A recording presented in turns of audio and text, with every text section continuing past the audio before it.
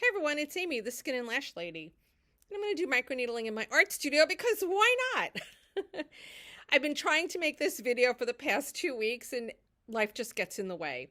But I'm going to go over some of the different needle configurations, and the one that I'm really liking right now because I don't have to numb and it's not as invasive. So if you're afraid of a needle, this could possibly be the one that you're going to use. So let me just explain first what needle I use and what tool I use. This is the Dr. Pen. I'll link it all below. And there are several different types of needles and needle tips. So I'm going to go through them. So if you came to me for a service, I usually would be using my Rejuva pen or my ProCell pen, but it looks similar to this. And as you can see, when I push up on this, you see this is a 12 gauge needle. And those needles will adjust when I change the dial on my pen for deeper or not deeper. Now, I generally work more on the shallower side.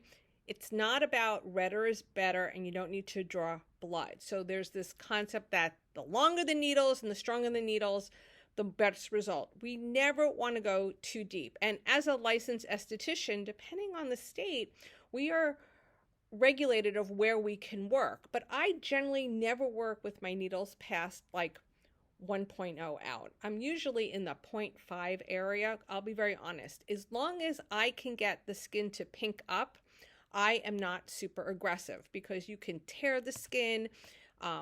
We don't want to have a lot of downtime. And you still will get the result. So this, like I said, this needle, when it's in the unit, 12 needles will pop up and I can adjust the depth of how far they come up. The next needle we have, let me find it, is a nano tip. And that looks like, right here, it looks like a computer chip. See that? And sometimes you'll hear it called a regenerator or nano needling. And that is for product penetration. When do I use this? Well, first of all estheticians can use this tip because it doesn't break the skin barrier.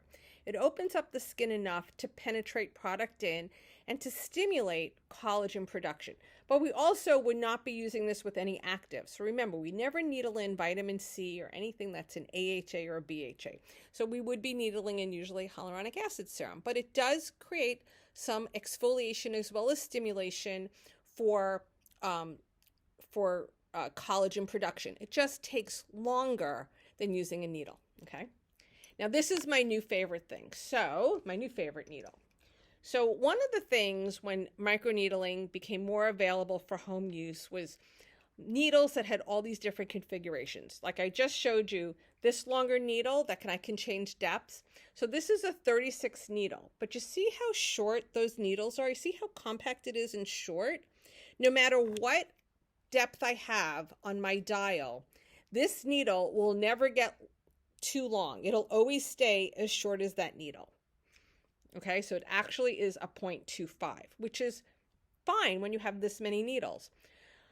I actually had ordered the wrong needles, and when I got this, it was super comfortable. And I actually used it on a client and asked them, how does that feel? And I did not numb them. And she was like, that was really comfortable. You know, sometimes even with numbing, it could be a little prickly. I also was able to use this around the eye and also to pull up to work on the skin here, which I'm going to show you later on in the video, and I'll tag it below of the time if you want to jump ahead. So let's get started. The first thing is you have to wash your face. So the cleanser I'm going to be using is the Glymed Mega Purifying Cleanser. This one I like also if you're wearing a lot of makeup. It's really easy to apply as well as to take off any makeup. And I always suggest before you do your microneedling is to always double cleanse. But you don't need to see me wash my face, so I'm just going to jump ahead to the needling part now. Okay, I've already cleansed my face. I've actually needled this side of my face. I got interrupted, so now I'm going to needle the other side. So this is what I'm using. First of all, I always wear gloves. I always keep a clean tissue or paper towel nearby because I'm going to show you, you may need that to help stretch your skin. I have my pen with my 36 needle loaded into it. And I'm going to be using my sodium hyaluronate. This is by Clear Choice. I'll put the link below. This is a product I sell. This is my favorite hyaluronic acid type serum to use for needling. It's also great because it's sodium hyaluronate, which means it has a smaller molecular structure, and you can also add it to your foundation or your moisturizer if you need that extra hit of holding water in the skin. This is $58 plus tax and shipping. This is a drugstore one. This also has no fragrance. So this one is 30 milliliters. This one is 30 milliliters. It is the Vichy Lift Active Supreme HA Serum. So sodium hyaluronate is the petite version of hyaluronic acid serum. This one also has no fragrance. We never ever want to needle any fragrance into the skin. I'll put the link below. This one is more liquidy. This one's a little bit more jelly. So this one I prefer because it gives me also longer working time. So you may find that this one may dry more quickly on the skin. And as you can see, I dated it because this one only is good for 12 months. And, you know, I have to date the item because I threw the box away when I purchased it. So I did this side of my face, or I'm going to do this side. People always ask me about the neck area. Do I needle the neck? Yes, I always needle the neck last because it's a little tingly. And also I always change my needle out. I never use a needle on the neck to the face or the face to the neck. I always switch out my needle.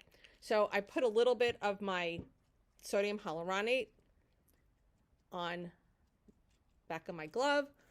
I put it on a little area. Now, because I have a lot of working time on this particular item, I can take my time. I always work my pen at the lowest speed. And what I usually do also is I will pull the skin tighter in areas that are more jelly. And you see I go one direction, I go another direction. Now I'm going to speed up the video because you don't need to see me do my entire face. But when I get up to the eye area, and I'll mark it down below, I will show you how I can do the eye. And just so you know, I have no numbing on my skin. And just another thing is I only need to go to where my skin gets pink. So I may go over the area a few times and then I move on. And because this is a fixed depth needle, it doesn't really matter what setting I'm at. And it's not that it's redder is better.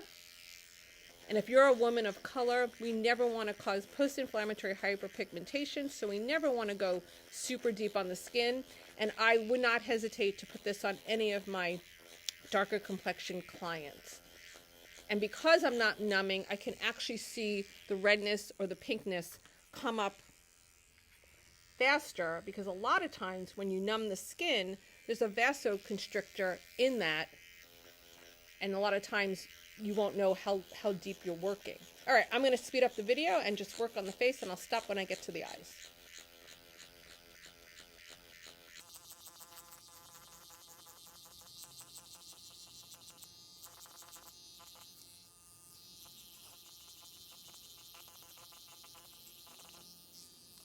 The eye area. So I put my gel along the eye area. This is where my tissue comes in handy because I need to pull down on this eye. I'm going to pull down and to the side. So I need that tissue to help hold my skin. Now, I know people are going to say it's going to hurt, it's scary. At the beginning, just do a little tapping motion so you can get what it feels like. We don't want to go all the way into the eye area, so we can work around it. Don't be afraid of it. Like, you can control it. So I'm just going to go right along my orbital bone. I'm not in this area. I'm pulling my skin down and to the side. So I can work right like this. Now, just so you know, sometimes when you work below the eye or above the eye, you may have the sensation that you need to sneeze. It is totally normal. Don't worry about it. I also got some HA serum in my eye, which is fine. It's not harmful. And if your eye tears, don't worry, that's normal too. And I'm not going to overly work the area. I need some more serum. I'm going to do my crow's feet now, right here. Same thing. I'm going to hold and pull it away from my eye, and I can either do a tapping motion or I can go up and down and across. And like I said, if you're not comfortable with it, you're afraid, just do light tapping like this, and you'll still get a benefit. Now my eyebrows are tattooed, so I don't want to use my microneedling over my eyebrows at all. I don't want to disrupt my color. Now I'm going to do the top of my eye. We all have this extra skin over here. So I put on my serum. Now I can't go in there like this. Remember, I have the tissue. I'm going to pull my eye up to hold it. I'm going to pull all that skin. keep my eye closed. And I'm just working right in like the crease, a little bit on the bone, super light, because it tickles. Well, to some people it's going to think it hurts.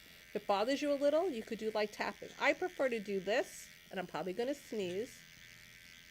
And then I move it up to my video shut off.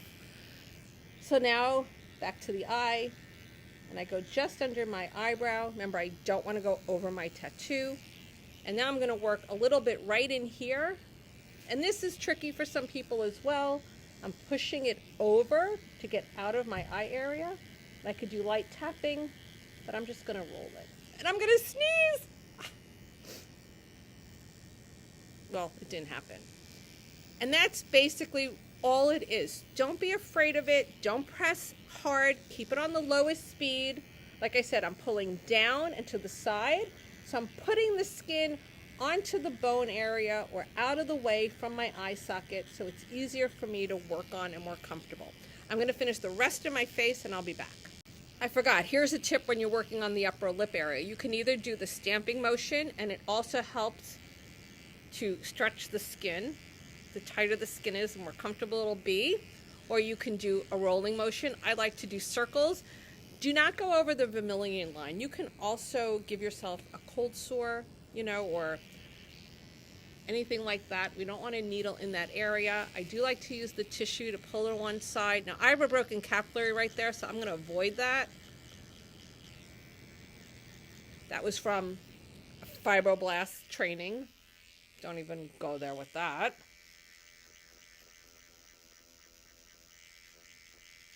And I'm going to go right under my lip line as well. Now, because this is a different needle configuration and I'm working in a shallower depth, I could actually needle my skin instead of waiting 4 to 6 weeks.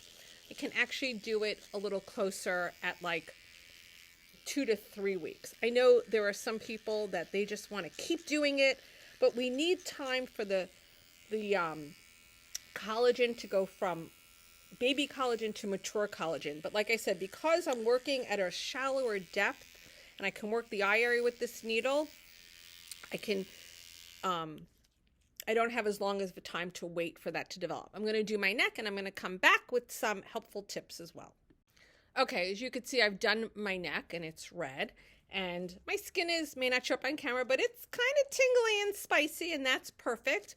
Now what do I do for aftercare? Well, now I'm still going to wash my face with a gentle cleanser. I want to get off anything. If I did break the skin, I want to get off this HA serum, and I'm going to pat my skin dry. And I'm going to use the same HA serum on damp skin, because now what I want to do is I want to make sure that I keep water in my skin. I'm sure you've heard me say that sometimes after microneedling, your skin looks a little sad. It experiences what's called transepidermal water loss, T-wall. And we want to help that not happen. So by continually using my HA serum or my sodium hyaluronate serum, I'm going to hold that water in my skin, and then I'm going to use just plain Aquaphor on my skin. Now, my Victoria Dam peptides, which I don't have around me right now, I can apply them immediately after the next day. But if you're using a vitamin C or something that has an acid in it, we don't want to use that immediately after. In fact, I usually tell my clients to wait at least 24 hours before we apply any of those products on, and just stay with your hyaluronic acid serum, because we really want that skin to not have anything stop the collagen process. If we have our skin that's now basically irritated from the microneedling and we're activating all of this collagen and fibroblasts, we don't want to interrupt it by then throwing an active or an acid on it where the skin's like, what's going on? I'm trying to produce collagen. So I always tell everybody 1 or 2 days of being off your regular routine of product is perfectly fine, and just stay on your HA routine. Now, some people will find that after, especially the first time they needle, they may get some peeling, because what's going to happen is we're creating a histamine reaction where the skin is expanding and then it's shrinking back down, almost like a sunburn. So if you have peeling a few days after, that is totally, absolutely normal. Anyway, I'm really loving this 36, especially around the eye area. It's really comfortable where I don't have to numb. And like I said, with microneedling, there's this concept that people think redder is better. I have to be more aggressive.